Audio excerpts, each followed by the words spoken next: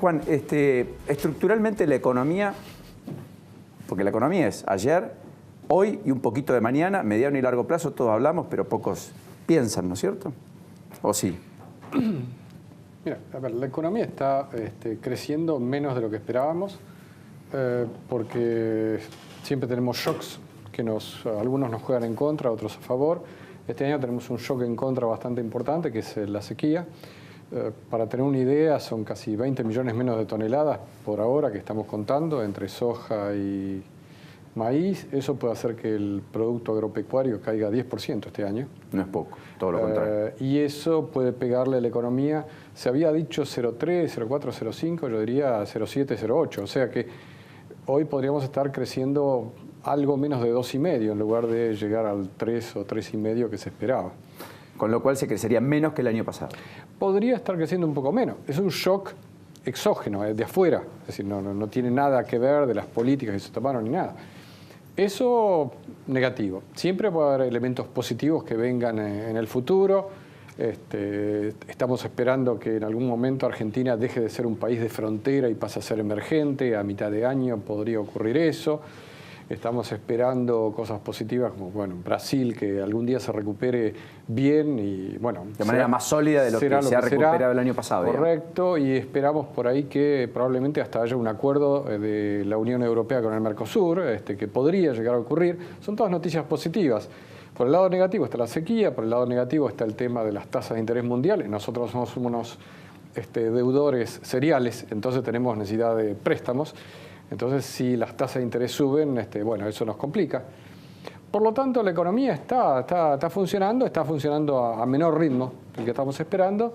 Y en el medio tenemos que resolver una cantidad de problemas. La inflación no baja porque la estamos choqueando, además, constantemente, con tarifas. La estamos choqueando periódicamente con tarifas.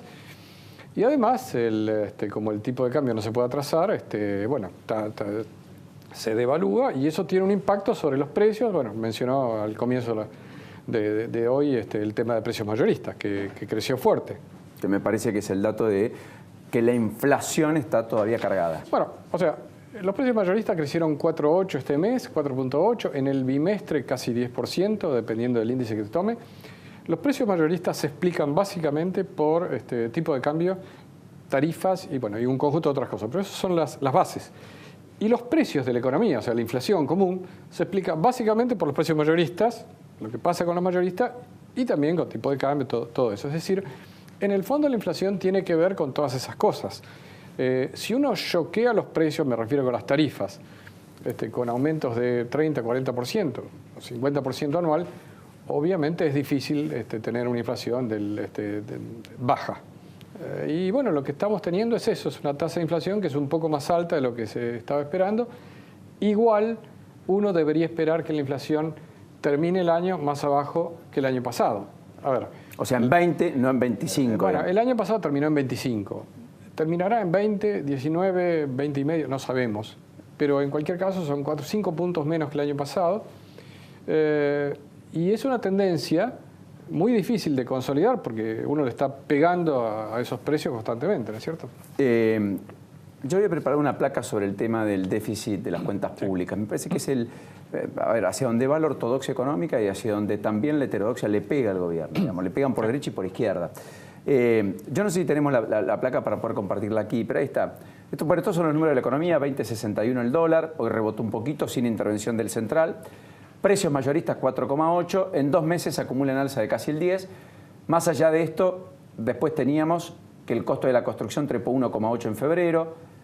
Fíjense que gastos generales subió por encima de mano de obra y materiales, o sea, insumos, más elementalmente, casi 3%, que subió igual muy por encima de la media. Ahora, este es el déficit fiscal primario. Observen que es, perdón, Juan, 20.228 millones de pesos le faltó al Estado entre lo que el Estado recauda y lo que el Estado gasta, pese a que los ingresos subieron por encima de las erogaciones. En el gasto primario, en la cuenta casi, uno diría, de doméstica, en la casa, ganó tanto, gastó tanto. Ahora, cuando uno suma la otra placa, el rojo total, déficit primario, más intereses de la deuda, allí está en 27.738 millones. todavía más alto, anualizado, está dando más de 350.000 millones. Ahora, 7,5% fue la caída en este número que requirió el gobierno este año en pesos respecto a lo que requirió en el mismo mes del año pasado. Es decir, que la tendencia efectivamente es a la baja. Y esto un poco pasó en el año electoral.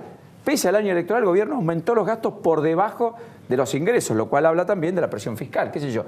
Pero es un poco lo que está pasando. Sí, lo que está pasando es, está cayendo ese desequilibrio que tiene la economía, y esto no es tanto de si son ortodoxos o heterodoxos los que miran la cosa, es que uno tiene la cuenta de almacenero, para decirlo directamente, que uno le falta la plata y tiene que salir a buscarla, y eso es un problema aquí y en la China.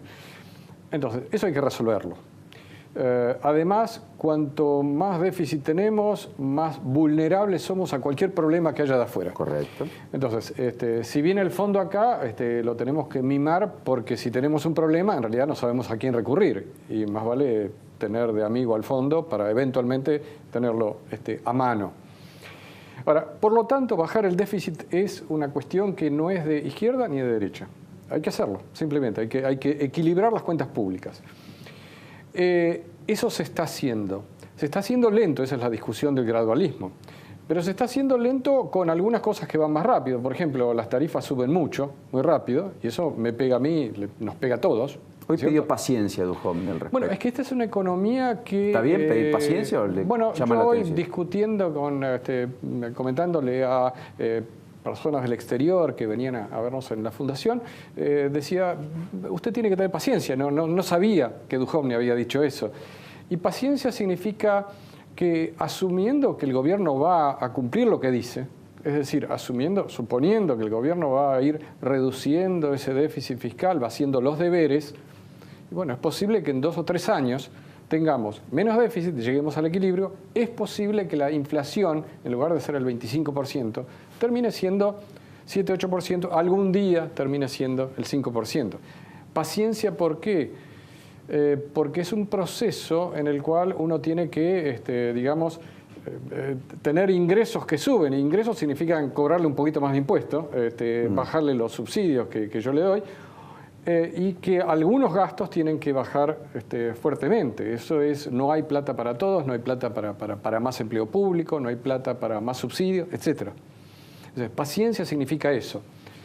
¿Se va a lograr? Bueno, el gobierno dice que lo va a lograr. Cualquiera que venga, asuma usted que cambie el gobierno en el 2019, en el 2020 es otro gobierno. Bueno, el que viene, una de dos, o continúa con algún mecanismo de acercarse al equilibrio, o tiene que aplicar esas políticas de shock del pasado. Entonces, lo mejor parece ser, por ahora, quedarse con estas políticas graduales, pero cumplirlas. Esto es lo esencial. Juan, 2 preguntas finales. Sí. Ayúdame. El dólar, algunos lo ven a 24 a fin de año. ¿Es ilógico y razonable? ¿Puede trasladarse a precios si termina ahí? El dólar probablemente suba muy cerca de la inflación, es probablemente un poco menos que eso, nosotros tenemos estimaciones un poco menores, pero el número final de fin de año dependerá de política monetaria. Si el Banco Central baja mucho la tasa de interés, lo tenés en 24. Si el Banco Central se mantiene prudente, lo vas a tener en 22, 22.50, una cosa. Esa es una discusión compleja, ¿no? Porque mientras la tasa esté muy alta, el dólar no se te corra, tampoco tenés incentivo a la inversión ni el aparato productivo. Nadie dijo que esto era fácil. Nadie lo dijo. Este es un escenario bien complicado. Bueno, Macri dijo, bajar la inflación es lo más fácil de todo. Parece no que es cierto. Eso no es cierto. Bajar la inflación es un proceso que puede llevar muchos años. Es la experiencia mundial. No debería ser extraño que lo nuestro también sea difícil. Y lo último, el empleo. Sí. Muchos de los que nos están viendo, allí se juega buena parte de, me da la impresión, la sustentabilidad de cualquier estructura económica y cualquier plan. ¿El empleo puede recomponerse este año? El empleo crece si la economía crece, en primer lugar. La economía está creciendo, pero poco. El empleo estaba creciendo el año pasado a tasas relativamente altas, te diría 1,7, casi 2%, por una cuestión, sobre todo el empleo formal, por monotributistas, etc. Ahora, el empleo en realidad va a crecer este año poquito. Probablemente crezca 1 y monedas, 1,3, 1,4. Eso es bueno porque ayuda, pero obviamente no da un clima de entusiasmo. Para que haya más entusiasmo, el empleo debería estar creciendo 2% anual. Lo de Christine Lagarde, ¿es razonable el punto de apoyo, etcétera? Sí, pero mirar el déficit. El fondo tiene una posición muy preocupada por el déficit argentino. Más allá de lo que dijo Lagarde, hay un paper del fondo de hace 2 semanas que dice: no estoy convencido de que el gobierno argentino va a seguir bajando el déficit permanentemente. O sea, tengo mis dudas. Lagarde viene y dice: bueno, los felicito porque bajan, porque si ustedes bajan 1 punto por año, bueno, no todos los gobiernos lo hacen.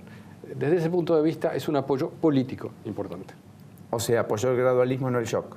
Apoyó el gradualismo y dijo: el shock de alguna forma me convencieron que es políticamente inviable en Argentina. Todo un cambio, ¿no? Es un cambio. Juan, gracias como siempre, enorme placer.